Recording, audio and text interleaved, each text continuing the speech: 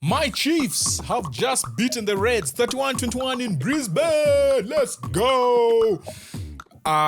It's always a stressful game, me watching the Reds versus the Chiefs. I think number one because I lived in Brisbane for many years and I fell in love with the team. I played rugby. I was on the pathway to play for the Reds, but I was never close. I was on the pathway, but I was never close. So that was the beauty about playing in rugby in Brisbane. And yeah, these are my two teams in Super Rugby. Okay, the Chiefs are my team, but the Reds are like my other team. We all have those other teams in every sport. If you're new here, this is Box to Box Overlap. My name is Ndegs. I do recaps on Super Rugby. I haven't done it for like the last 2 weeks because NBA has just been killing me and F1 came back and football has just been, and then life just took over. Just so much happening in life. But yeah, we're back. Boom! Chiefs beating the Reds 31-21. I don't know what it is about the Reds, but every time we play this team, they just bring everything. Like, it doesn't make sense how physical they get with the Chiefs every single time. And today was no different. If you look at how, especially in midfield, like the likes of Hunter Paisami, Fluke, what's his name? Daugunu. The way these guys just come out at you, like their line speed is just, and I mean, they do this anyway, but I feel like there's just another level. It goes to another level when they play the Chiefs. This game, again, it was two forwards, one off the bench for us. Another one who played off the bench was, of course, Samisoni Taukei'aho, who ended up with 2 tries from rolling molds, and then Wallace Sititi scoring 2 as well. And it's good. It's good to see Wallace back. It's good to see him get 80 minutes. The thing is, this game was so abrasive. And to see him play 80 minutes in a game of this caliber in terms of the contact and the physicality is actually quite... it gives me a lot of confidence in how he's going to play for the remainder of the games. Again, this is week 13 of Super Rugby. We have only 3 more weeks of Super Rugby left. All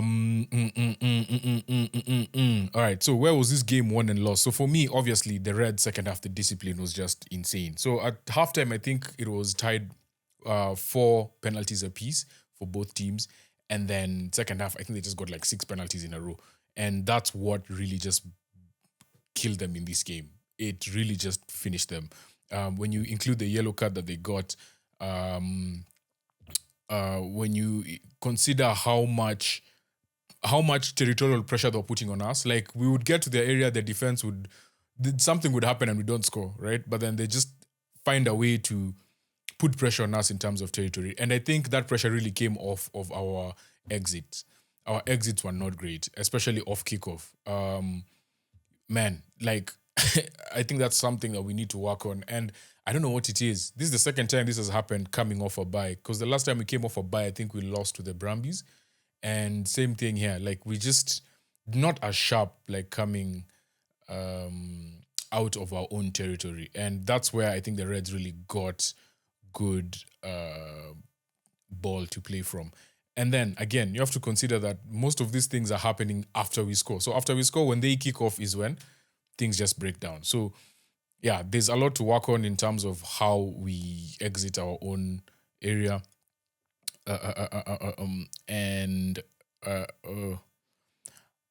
Who do I want to talk about as much as I want to talk about? Xavier Roe. I didn't know you had that burst of speed. Yes, I knew. But then there's this one where he just turned everyone. And I'm like, yo, bro, who is this?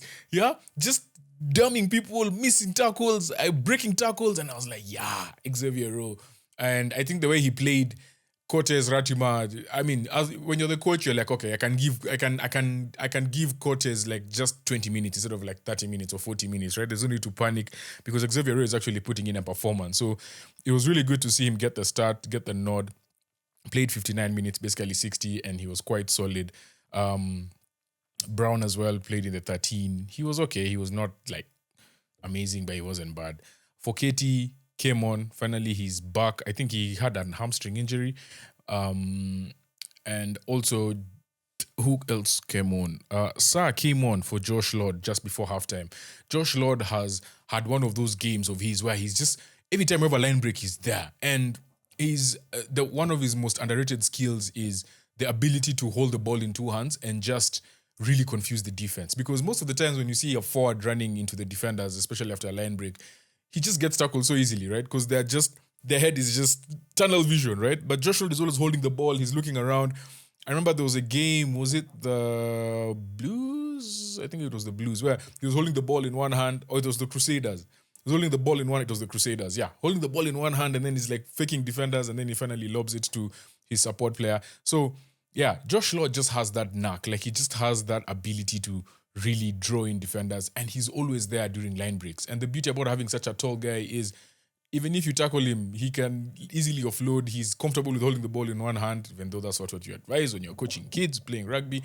And he just knows to be at the right place at the right time. So when we lost him at halftime, just before halftime, I was a bit concerned, but good to see Sa get good minutes as well. Obviously, today there was no Akoi, so it was Tupovai who was partnering Josh Lord. So when Josh Lord came off, Sa went in, and he got a good 45 minutes, which is good against really aggressive opposition. So, yeah, I love to see more of that. Hutchinson started at the back at 15. He had a good game, to be honest. He is much stronger than you think. There's one handoff he gave. I can't remember who he gave, but, bro, the way he flung that guy was... Eesh. But when you look at him properly, you see how big his chest is, right? Like, that guy can generate a lot of power from his chest. Then first half as well, there was that one where the Reds kick the ball. He catches the ball in our own 22. You expect him to kick, and then he puts a nasty left foot step, and we're on the counter. And if it wasn't for great defense, again, that was just a great counter-attacking opportunity. So he's not afraid to, look for those opportunities to create offense from defense, right? Even if you're very deep in your own 22. So that was good. Coombs Fabling was okay. He was good. I believe this game was quite physical. So to see the likes of our small guys, D-Mark, Coombs Fabling, all of them really put in a shift was quite solid. For the Reds, the person I really want to talk about from the Reds is what's his face? Carter Gordon. So Carter Gordon, I believe he had been out with injury. He just came back. The story was that he was only going to get 30 minutes. He came in with 29 minutes to go in the game. And I honestly believe he really changed the game. And this is not only crucial for the Reds, but I also think for the Wallabies. He goes into contact quite strong. There was a break that he had. He almost scored just after coming on, which I think actually led to a try, even though he didn't score. Then... wait, did he score? No, he didn't score. Then that was Brile's try. And then what else? His defense as well. I saw there's one hit he put on Queen Tupaya, and I was like, yo. So, yeah, having him back is crucial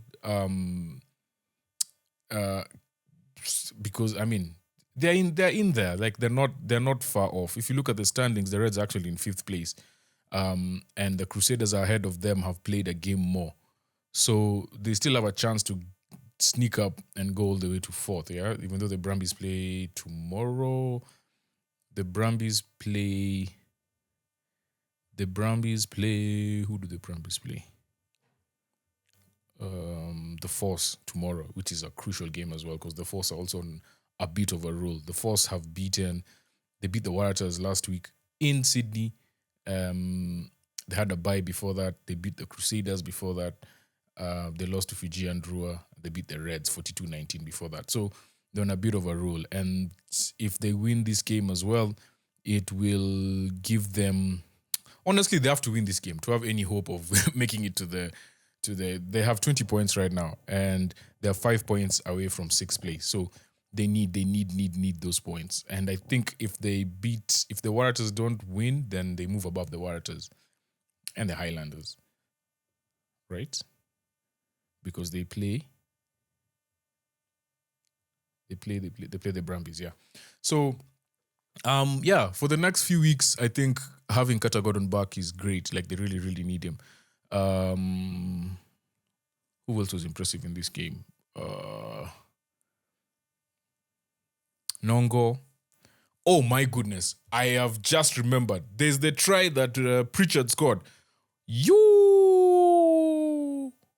was Pritchard, right? I believe it was Pritchard. Man, that assist from Harry Wilson was insane. No, it was Bryall's try. The Harry Wilson try assist was insane. Like that chicken wing, just no look chicken wing, just like that's what. Let me tell you, as a back, those are some of the tries that I wish I created, right? Like, because honestly, I mean, everyone loves scoring tries, but I feel like I always loved committing the last man and then giving the ball to the wing and scoring. And man, the way he did it was just so good. And then at that point, he sucked in, which I can't remember which defender it was, but I remember Taukei'aho was trying to close the gap, right? So Taukei'aho was supposed to go out and cover Bryall, who's coming in. But yeah, Harry Wilson just does so well. Absorbs the two defenders, and even before the hit is completed, he's already let the ball go. And yeah, that was a beautiful try. That was our beautiful try. So yeah, we'll take the points. We now move into, from the live standing, the live ladder, they said we move into first place, but I doubt that's the case because the Hurricanes have a superior points difference. The Hurricanes have